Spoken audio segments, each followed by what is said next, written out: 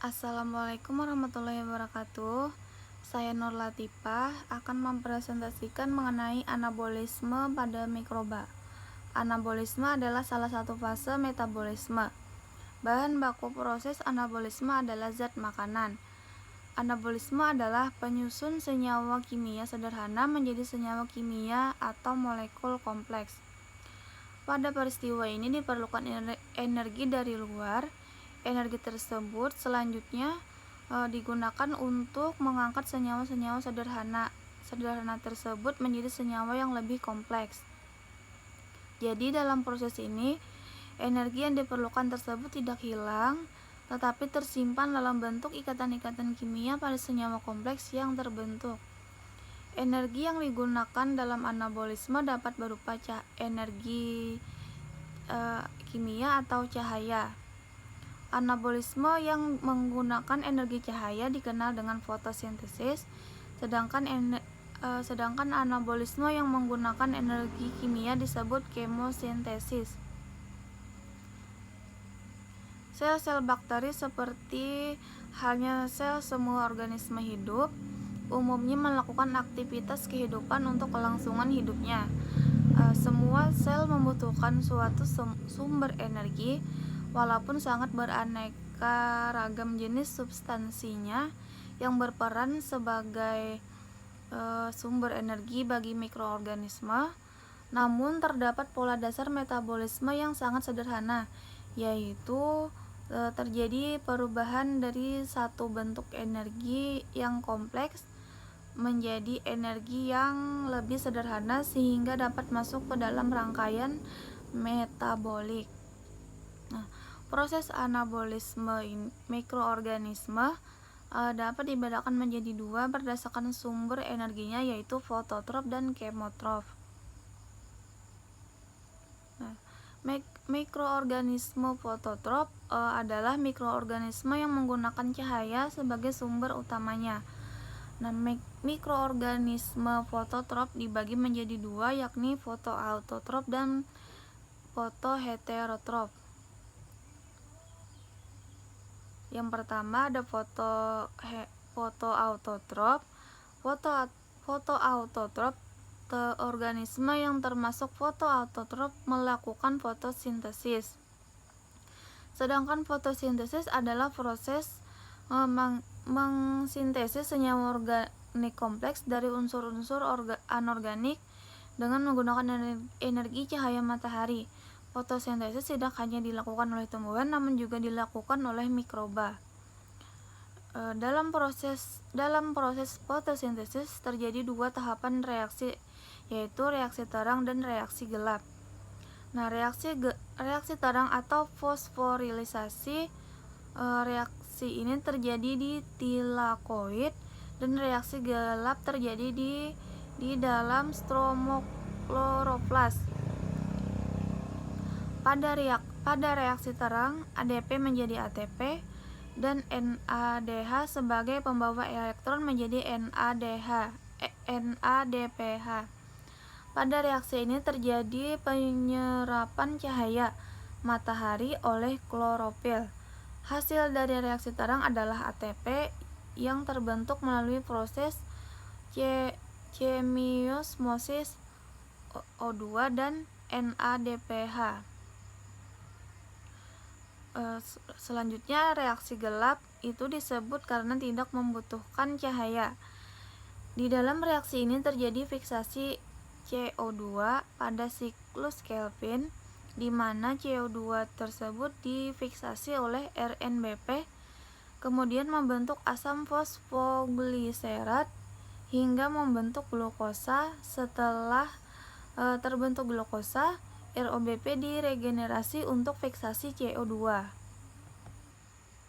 Yang B ada fotoheterotrof. Fotoheterotrof adalah kelompok kecil bakteri yang menggunakan energi cahaya tapi membutuhkan zat organik seperti alkohol, asam lemak, karbohidrat sebagai sumber karbon. Bakteri ini meliputi bakteri non-sulfur, bakteri ungu, dan bakteri hijau. Selanjutnya ada mikroorganisme kemotrof. Mikroorganisme kemotrop adalah organisme yang menggunakan senyawa kimia anorganik seperti besi atau belerang sebagai sumber utama mereka melalui kemosintesis. Sebagian besar itu ada bakteri dan archaea. Mereka itu memiliki kebutuhan nutrisi yang sederhana dan tidak bergantung pada foton matahari untuk pertumbuhan. Dalam kondisi seperti itu, organisme kemotrof mendapatkan energi mereka dengan reaksi oksidasi dan reduksi substrat nutrisi. Mereka mampu mengoksidasi donor elektron dan memanfaatkan energi reaksi tersebut serta karbon yang berasal dari karbon dioksida atau karbon yang berasal dari sumber organik untuk menghasilkan nutrisi penting untuk metabolisme dan pertumbuhan sel mereka. Kemudian ada jalur amfibolik. Jalur amfibolik ini adalah suatu istilah untuk menggambarkan suatu proses yang memiliki kedua sifat anabolik dan metabolik. Nah, jadi jalur amfibolik ini adalah suatu istilah. Nah, seperti diketahui bahwa proses katabolisme dan anabolisme itu saling berintegrasi. Anabolisme dan katabolisme juga saling berbagi jalur, seperti misalnya pada siklus Krebs. Nah, siklus Krebs ini tidak hanya berpartisipasi pada oksidasi glukosa, namun juga memproduksi sel perantara yang nantinya diubah menjadi asam amino. Selanjutnya ada proses pembentukan ATP. Yang pertama ada respirasi. Nah, respirasi yaitu proses penguraian zat yang membebaskan energi kimia yang tersimpan dalam suatu senyawa organik. Nah, respirasi itu merupakan salah satu dari reaksi katabolik. Respirasi itu dibedakan menjadi dua macam, yaitu respirasi aerob dan respirasi anaerob. Nah, yang pertama pada respirasi aerob, pada proses ini oksigennya merupakan senyawa penerima hidrogen aktif.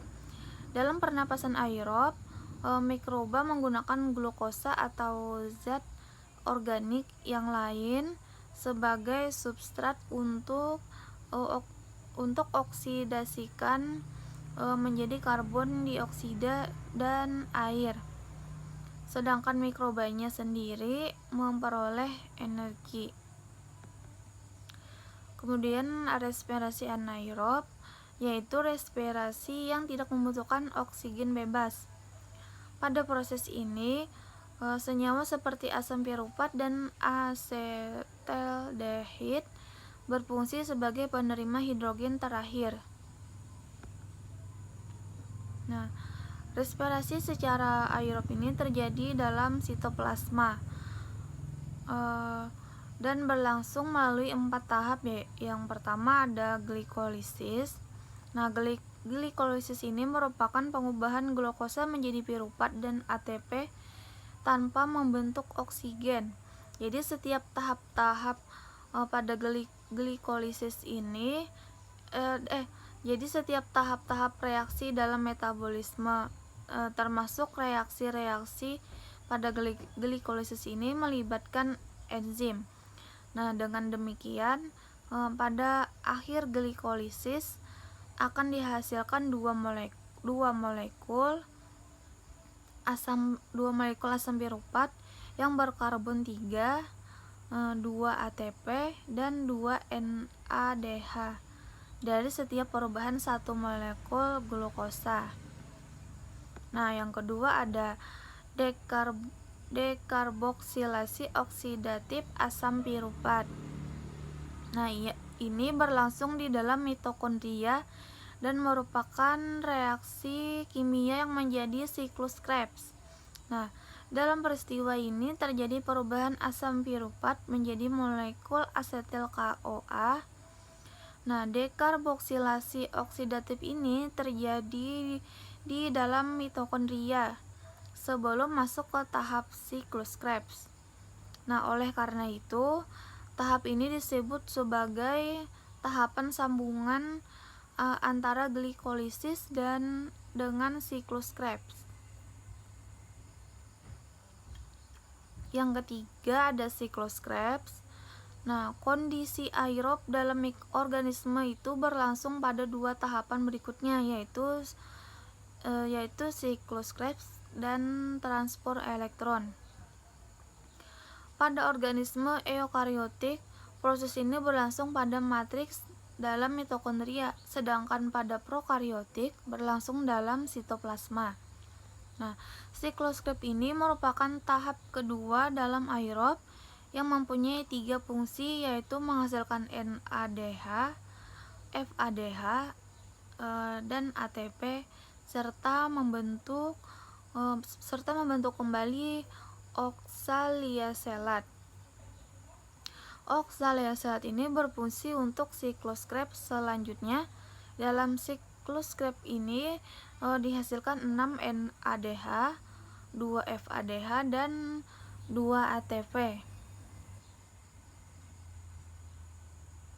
Selanjutnya ada transport elektron. Nah, rantai transport elektron ini adalah tahapan terakhir dari respirasi aerob.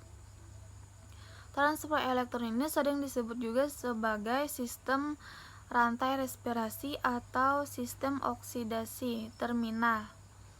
Transport elektron ini berlangsung pada krista atau membran dalam mitokondria. Molekul yang berperan penting dalam reaksi ini adalah NADH dan FADH yang dihasilkan pada reaksi glikolisis, dekarboksilasi oksidatif, dan siklus Krebs. Dalam transport elektron, yang menjadi penerima elektron terakhir adalah oksigen, sehingga pada akhir peristiwa ini terbentuk NADH dan FADH dalam transport elektron yang berfungsi sebagai senyawa pereduksi yang menghasilkan ion hidrogen. Setiap molekul NADH yang memasuki rantai transport elektron ini akan menghasilkan 3 molekul ATP, dan setiap molekul FADH akan menghasilkan 2 molekul ATP. Jadi dalam transport elektron ini dihasilkan kira-kira ada 34 ATP ditambah dari hasil glikolisis 2 ATP dan siklus Krebs 2 ATP. Mereka secara keseluruhan reaksi respirasi seluler menghasilkan totalnya 38 ATP. Jadi dari satu molekul glukosa menghasilkan total 38 ATP. Akan tetapi karena dibutuhkan 2 ATP untuk melakukan transport aktif, maka hasil bersih dari setiap respirasi ini adalah 36 ATP. Itu tadi penjelasan mengenai anabolisme pada mikroba. Apabila ada salah kata dan kekurangan mohon dimaafkan. Wassalamualaikum warahmatullahi wabarakatuh.